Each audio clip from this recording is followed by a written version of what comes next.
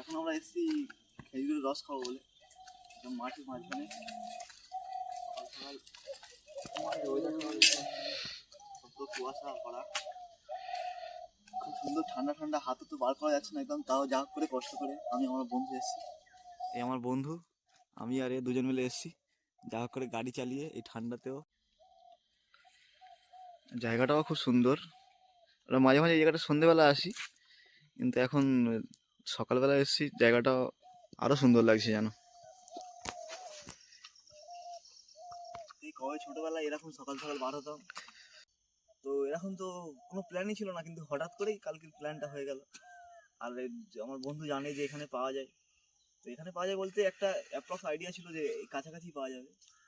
তারপর আমরা এসে এখানে জিজ্ঞাসা করে এক্সাক্ট জায়গাটা পাওয়া গেল। আর দেখা যাক, এখন তো এসছি খাবো বলে, তো শুধু আমরা না, আরো অনেকে অনেক কিছু খাবে বলে এসছে রসের সাথে, আমরা শুধু অনলি খেজুরের পিওর রসটা খাবো বলে ওই জন্যই সকাল সকাল আসা। ঠিক আছে, দেখা যাক কেমন হয়।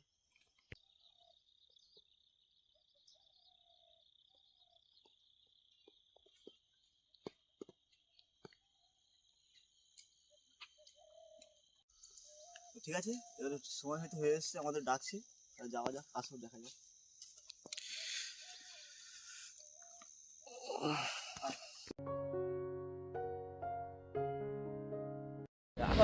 তো আমরা ফিরে যাচ্ছি, আর খেতে তো এসেছিলাম কিন্তু খাওয়াটা হয়নি, কেন একটা প্রচুর স্ক্যাম হয়ে গেল।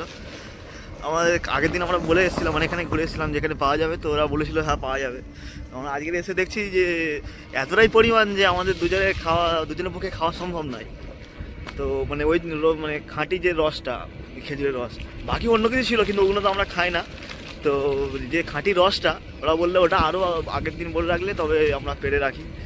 তো এত কম পরিমাণ ছিল, আমার দুজনের খাওয়া পসিবল ছিল না, আর আমি একজন খেয়ে কী করবো, দুজনে অনেক সকাল সকালে এসেছিলাম, তো বলি থাক অন্য কোথাও পাওয়া যায় কি দেখি, নাহলে আজকের ভ্লগটা এরকমই হবে, পাওয়া যাবে না, অন্য কোনো একদিন আসবো। আমরা রাস্তায়